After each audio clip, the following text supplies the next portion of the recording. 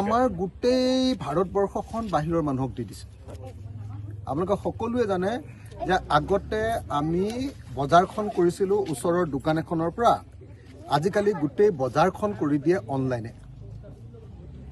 আজি ফ্লিপকাৰ্টেই হওক বা আমাজন কোম্পানীয়ে হওক বা অন্য কোম্পানীবিলাকে অসমৰ গোটেই বজাৰখন দখল কৰি ল'লে। তাৰমানে বিজেপি হ'ল এনেকুৱা কৰ্পৰেট শক্তিবিলাকৰ দালাল।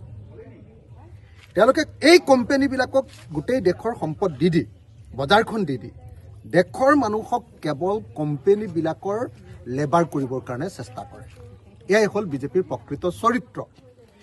এতিয়া আমি দেখিবলৈ পাইছোঁ যে অসমীয়া মানুহৰ এটা অন্যতম প্ৰধান উৎসই হ'ল, জীৱিকাৰ উৎস হ'ল গাহৰি।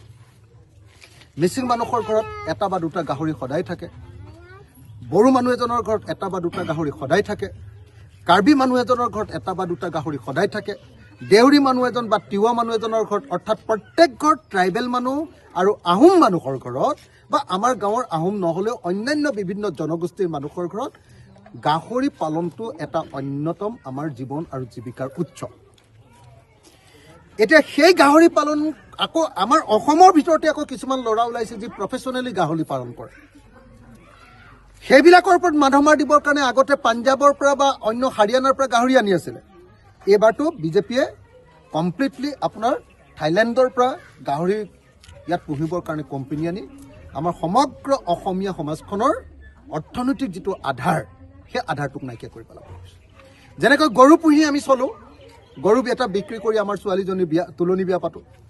গৰু এটা বিক্ৰী কৰি যেনেকৈ আমাৰ মেট্ৰিক পৰীক্ষাটো দিওঁ, গৰু এটা বিক্ৰী কৰি, গৰু এহাল বিক্ৰী কৰি যেনেকৈ মা বা দেউতাৰ বেমাৰৰ চিকিৎসা কৰোঁ। এইটো হ'ল আমাৰ অৰ্থনীতিৰ এটা ডাঙৰ সম্বল। সেই সম্বলটোক এতিয়া আমাৰ হাতৰ পৰা কাঢ়ি লৈ গ'ল, গৰুটো বিক্ৰী কৰিব নোৱাৰা পৰিস্থিতি কৰি দিলে।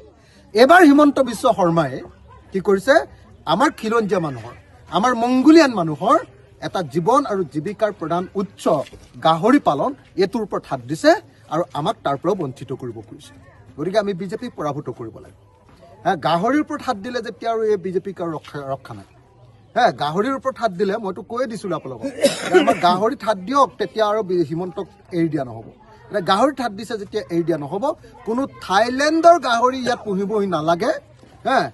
তো আমাৰ ইয়াৰ মানুহে গাহৰি পুহি ইয়াৰ পৰা ৰপ্তানি কৰক।